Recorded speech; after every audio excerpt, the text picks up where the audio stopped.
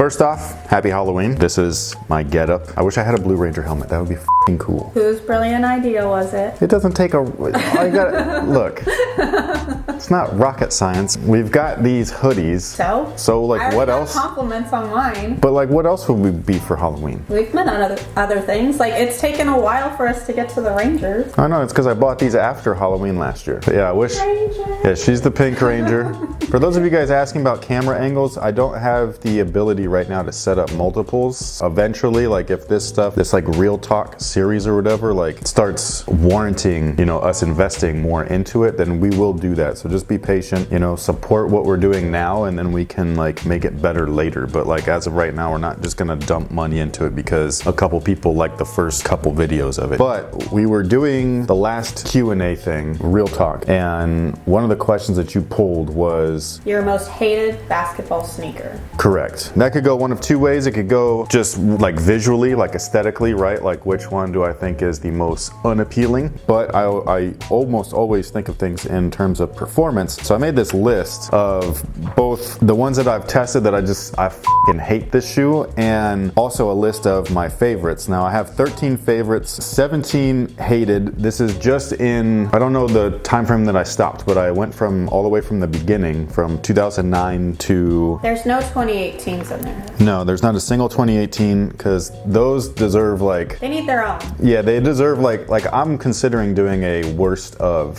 2018. You've done like... Have I? Yeah, I know when I go through, you've had this was my least favorite. Do I mention that in the top or no? No, I saw one, I don't remember what year it's for, but you have one where you're like, I hated this as a performance sneaker. Well, that's what I'm considering doing at least. So like 5 years ago or something like that, that's the last shoe that's on here as far as like my hated and stuff. So we're gonna get into it. I'm gonna talk briefly, or as briefly as I can, because I'm long-winded, as you can tell from this intro. But yeah, so we're gonna talk about the stuff that I disliked about the shoes and go from there. So with that being said, let's go ahead, get right into it. The Nike LeBron 7 PS. Do you guys remember this shoe? It's a beautiful sneaker. It looks like the 11, and well, so did the regular LeBron 7. LeBron 7 was an okay shoe, but the upper needed some work. Like the way that it wrapped around my particular foot wasn't great. They were a little bit wide and stuff like that in the forefoot, and the Air Max cushioning was a little bit much for someone of my size. But the PS was the playoff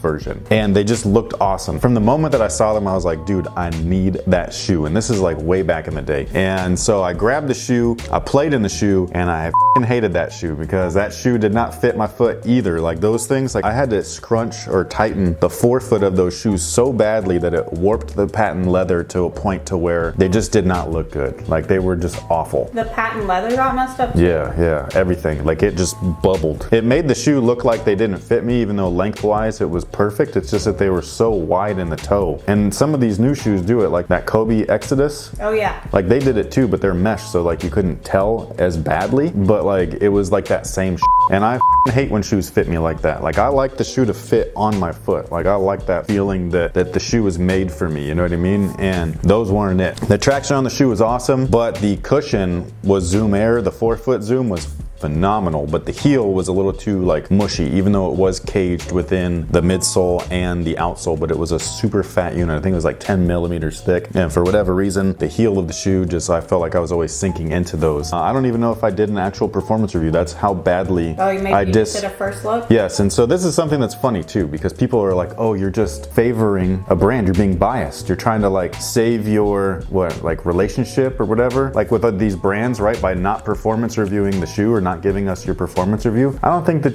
you guys are clearly new here, but from the beginning, if I don't like the shoe, I don't want to talk about it, man. Like it's just how it is. That's how I am. If I really don't like something, I ignore it, and that's just what it is. Like this kind of list, like this is not even my thing, but like people like talking about things, you know what I mean? Because like people are gonna get a kick out of it. I've always been like this, and I probably always will be. So he's like that with people too.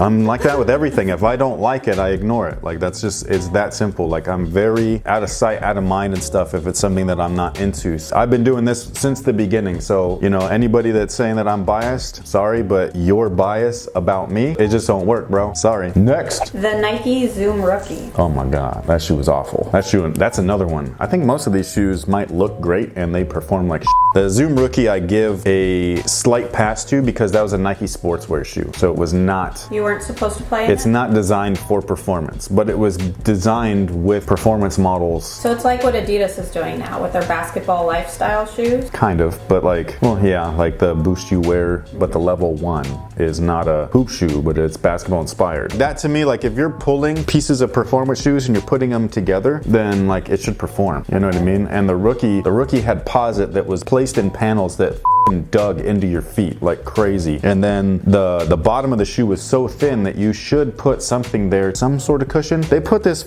weird little rectangle Zoom Air unit in the heel that ain't nobody gonna hit. And it's no way that it's gonna compress or anything. Nothing was in the forefoot. I mean, how can you call that a Zoom shoe when the Zoom Air is like smaller than a stick of bubble gum? You know? Yeah. That was some bullshit. Next. Speaking of posit, you just have Foamposites. I absolutely love that shoe. And I do think they're comfortable casually. But to move in it, they're just really stiff. They have a full carbon fiber plate, which is already stiff by itself, but then the shell of the shoe is Foamposite. And for those of you guys that don't know what Foamposite is, it's a type of polyurethane. And the type of polyurethane that it's like comprised of, which is what made the shoe so unique back in the day when it was like made, is that it was liquid and then they poured it into a mold, like an upside down. So the shoe was made weird. Like, can you give me the thing? So this upper right here, the way that the shoe starts off, this panel, the white panel, is that the mold looks like this and it's a little thing and then they pour in and it's just a shell of a thing. And you really have to break these in, man. And it's like, it's not even that when you break them in, finally, when they start to mold to your feet, like that does feel great. So I give it all of that, like kudos for that. But every time you wear them, because you got to warm the material up, because you warm the material up and then it cools off when you're no longer wearing it and now it's stiff again. So it's like you're... Remember your foot? No, the interior, the shape of it will, much like a padding, you like sit on a cushion or you lay your head on a pillow long enough, like it'll eventually kind of like crater to you. So the interior does that. The interior has padding line though. So that's probably mostly padding lining your foot. Wearing it out. Correct. So, but the shell always gets hard again, and so you always have to, yes, that's what she said. She's dirtier than I am. So you always have to break the shoe in every time you bring them out. And that to me, like I don't like it. And they're super stiff, man. Like I can't even, yeah, I just like socked myself in the stomach right there. Yeah, so that's these, man. I can't, they look dope, dude. Like if you can hoop in them, I think that's awesome. But for me, like I just don't like it. Like everything's personal preference. This is not my cup of tea right here. Sounds like a pain in the ass. It is. They look great though. And they're tanks too. Them things will, you don't like them? You don't like Foamposites? What? She don't know. She don't know. Nightwing knows. Next. The KD4. The pinky toe killer. That shoe is shaped like a banana. Literally. Like if you look at the bottom of the shoe, it's shaped like this. Like whose feet are shaped like that? Katie's. No. Have you seen his feet? I just know they look like really skinny. Katie's feet look like this. They look like this pen, but they're like size 18 or some. I don't know, man. Like that was bad. There was a lot of people too that, or not there was, but there are a lot of people that need a shoe that is straight. Like, can you give me that shoe again? So like all shoes have a slight curve to them. Correct. Right? But there's some people that need a straight linear shoe and a lot of brands don't make that. And if you have one of those feet, you know exactly what I'm talking about. But like this works for me, but it's because I've been wearing shoes like this for a long time. I don't have that like orthopedic issue. Yeah. But there are a lot of people that have a straight up, like we need this and this to line up. And a lot of shoes just don't do that. And the way that the KD4 was so extreme with the curve on it. And then the materials that they used was hyperfuse. And there was this piece right here that dug into my pinky toes. That, I think it's so funny because like price to me doesn't affect me because like I said, if something performs well, it doesn't matter if it's a penny or if it's $100, is that it performs well. The price is just kind of like that one variable that like will make you be like, well, I can buy it or I can't. But because that shoe, the KD4, retailed at $95, a lot of people will consider it to be like the best shoe in KD's line. And it's just like, are you guys like, did you play in it? Because they're awful, man. They're awful. I get that they look cool, but they're awful. The Kobe 7. That was the shoe that wrecked my ankle really bad. Oh. We were talking about this. Yes. That shoe actually did a couple of things. It wrecked my ankle and it chewed up. That was the first time that something chewed up my arches. You remember that? I had to cut the lips, had the drop-in soles. Okay. And I do. And they lipped up, and for whatever reason they would press into my feet and rip my feet up, like give me like crazy blisters. And so I had to cut where they were cutting my feet off. And then that shoe, the tongue was separate from the rest of the body of the upper. And so when I went to go cross over my friend Aldwin, like I don't even know if he remembers this, but I went to go cross him over and I hit him with it, which was great. But then my foot, like the traction stopped the shoe perfectly. The traction was awesome. But then the booty that was the tongue should have been part of the actual sneaker, but it wasn't. And then that shit, like my foot and the shoe did two different things. And I rolled my ankle so hard, and I had to man, it was like forever. I had to wear this weird McDavid, like plastic, like chunky, it didn't move. It was so painful to wear that thing, but it was the only way that I was able to keep playing because it like restricted all movement from my ankle other than front to back. You look like Curry? No, Curry's ankle braces are amazing. They're intense. Oh no, they're intense, but they're intense for a reason because they actually do like, they brace, they're like splints, but then you get complete mobility out of those things. He put up something really beautiful yesterday on Instagram about his wife and talking about. Oh yeah, about like how like after his last ankle injury.